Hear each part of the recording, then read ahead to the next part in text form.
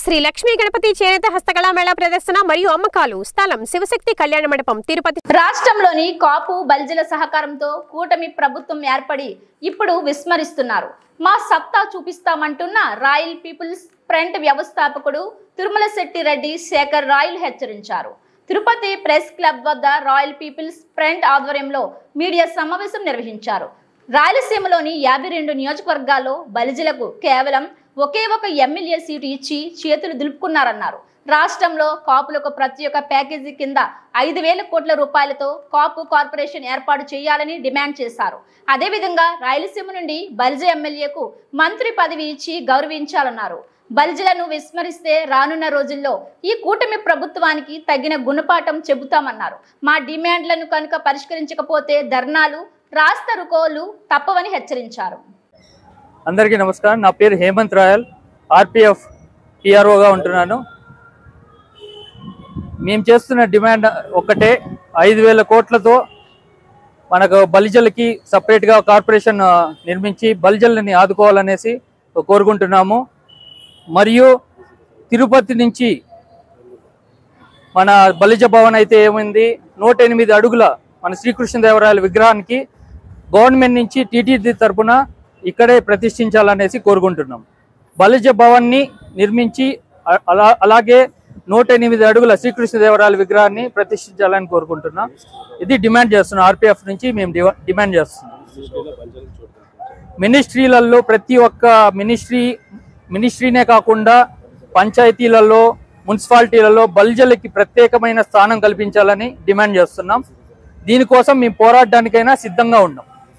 జై బలిజా, జై బలిజా, జై ఆర్పిఎఫ్, జై ఆర్పిఎఫ్, జై ఆర్పిఎఫ్, జై ఆర్పిఎఫ్, జై బలిజా, జై కృష్ణదేవరాయ, జై కృష్ణదేవరాయ, జై ఆర్పిఎఫ్, జై ఆర్పిఎఫ్, జై కృష్ణదేవరాయ, జై బలిజా, జై బలిజా, జై ఆర్పిఎఫ్, జై ఆర్పిఎఫ్.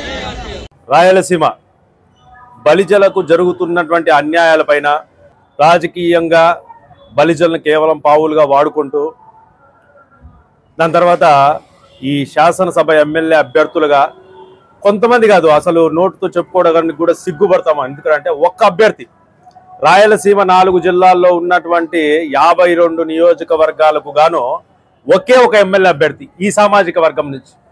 అంటే దీన్ని ఏమనాలా అంటే, రాజకీయ పార్టీలు మమ్మల్ని గుర్తించలేదు అనాలా, లేకపోతే వచ్చేసి మేము ఆర్థికంగా సామాజికంగా వెనకబడి ఉన్నాము, ఈ వర్గాన్ని కేవలం ఓటు బ్యాంకుగా వాడుకొని మేము ఎదిగిపోయి వీళ్ళని అనగదొక్కి శాశ్వతంగా అదే పరిస్థితిలో ఉంచాలని చెప్పేసి ఈ రాజకీయ పార్టీలు చేస్తున్నటువంటి కుట్రలను అనగదొక్కడానికి, ఈ బలిజ సామాజిక వర్గం నుంచి నాయకులను సమాజానికి పరిచయం చేయడానికి, ఈ సమాజంలో ఈ కారణానికి జరుగుతున్నటువంటి అన్యాయాలను ఎదుర్కోవడానికి రాయల వారి వారసత్వంతో పుట్టినటువంటి సంస్థ రాయల్ పీపుల్స్ ఫ్రంట్ నుంచి ఈ యొక్క రాజకీయ పార్టీలకు కావచ్చు, ఈ ప్రభుత్వానికి కావచ్చు, ఉన్నటువంటి కుల పెద్దలకు కావచ్చు, అందరికీ ఒక మెసేజ్, ఒక 7 ప్రధానమైనటువంటి డిమాండ్లతో ఈరోజు తిరుపతి ప్రెస్ క్లబ్కు రావడం జరిగింది. 7 డిమాండ్లను వచ్చేసి మేము ముందరుంచినాం. వాటి గురించి భవిష్యత్తులో మా యొక్క పోరాటం ఖచ్చితంగా ఉంటుందని, బలిజ ఓట్లతో గెలిచినటువంటి ప్రతి ఒక్క ఎమ్మెల్యే మీ యొక్క రుణం తీర్చుకోవడానికి సమయం ఆసన్నమైంది. మీరు గెలిచినారంటే బలిజల యొక్క ఓట్లే కారణం అనేటువంటి విషయం గుర్తుపెట్టుకోండి. మీరు ఇచ్చినటువంటి హామీలన్నీ కూడా ఖచ్చితంగా నెరవేర్చాల్సినటువంటి సమయం వచ్చిందని కూడా గుర్తు చేసుకోండి. ఆ గుర్తు చేసుకోకపోతే మేము కూడా ఏ విధంగా గుర్తు చేయబోతామనేటువంటి విషయం కూడా గుర్తు చేసుకోండి. విషయం ఏంట్రా అంటే, రాయలసీమ బలిజల కోసం ప్రత్యేకంగా రాయలసీమలో బలిజ కార్పొరేషన్ అనేది ఏర్పాటు చేయాలి. 5,000 కోట్లతో ఒక నిధిని ఏర్పాటు చేయాలి బలిజల అభివృద్ధి కోసం. దాని తర్వాత స్థానిక ఎన్నికల్లో బలిజలకు అత్యధికంగా అవకాశం కల్పించాలి. ఇంకోటి ఏంటంటే, బలిజల నుంచి మినిస్ట్రీ, ఈ రాయలసీమలో ఎవరినన్నా ఎన్నుకోండి, ఒక మినిస్ట్రీలో వచ్చేసి ఒక బలిజలకు అవకాశం కల్పించండి. ఎమ్మెల్సీలుగా అత్యధిక అభ్యర్థులుగా బలిజల్ని ఎన్నుకోండి. దాని తర్వాత అప్పటి రిజర్వేషన్ ఏదైతే ఉందో, నాటి చంద్రబాబు నాయుడు యొక్క గవర్నమెంట్లో వాళ్ళు తీసుకున్నటువంటి ఈ బలిజ కాపు తెలగ ఒంటరికి ఏదైతే రిజర్వేషన్ ఉండదో దాన్ని తిరిగి పునరుద్ధరించాలా. దాన్ని పునరుద్ధరించిన తర్వాత మాత్రమే నోటిఫికేషన్కి వెళ్ళాలని చెప్పేసి మా యొక్క డిమాండ్. తద్వారా మాత్రమే ఇక్కడ ఉన్నటువంటి బలిజలు వచ్చేసి బాగుపడతారు, అభివృద్ధి చెందుతారు, సామాజికంగా రాజకీయంగా వచ్చేసి ముందుకు వెళ్ళేటువంటి అవకాశం ఉంది.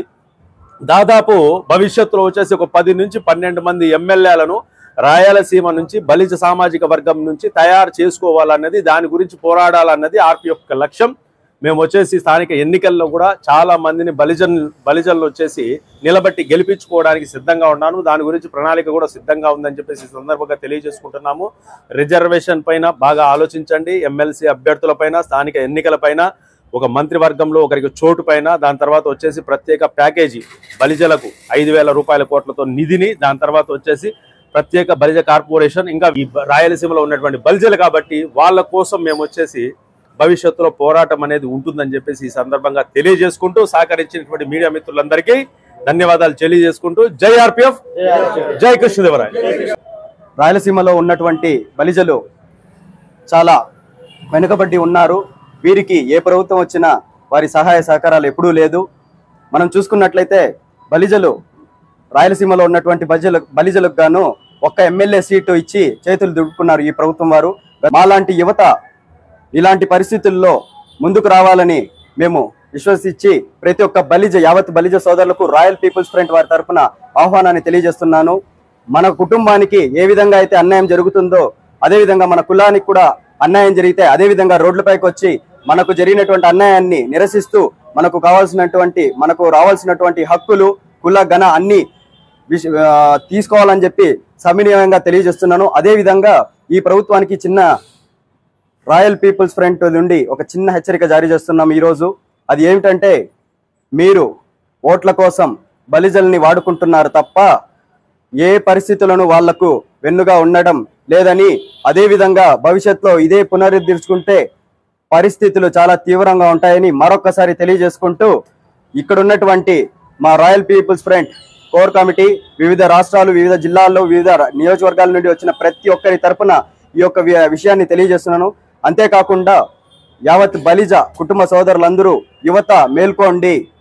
మీరు మేల్కోకపోతే రానున్నది ఎలా ఉంటుందో మీకు ఇప్పటికే అర్థం కావాల్సిన పరిస్థితి రావాల్సింది. కానీ మీరు ఇప్పటికి కూడా మేల్కోకపోతే భవిష్యత్తు ఎలా ఉంటుందో మేము చెప్పనక్కర్లేదు, మీరే చూస్తున్నారు. సో ప్రతి ఒక్కరూ మా యొక్క డిమాండ్లు మీకు తెలియజేస్తున్నాము.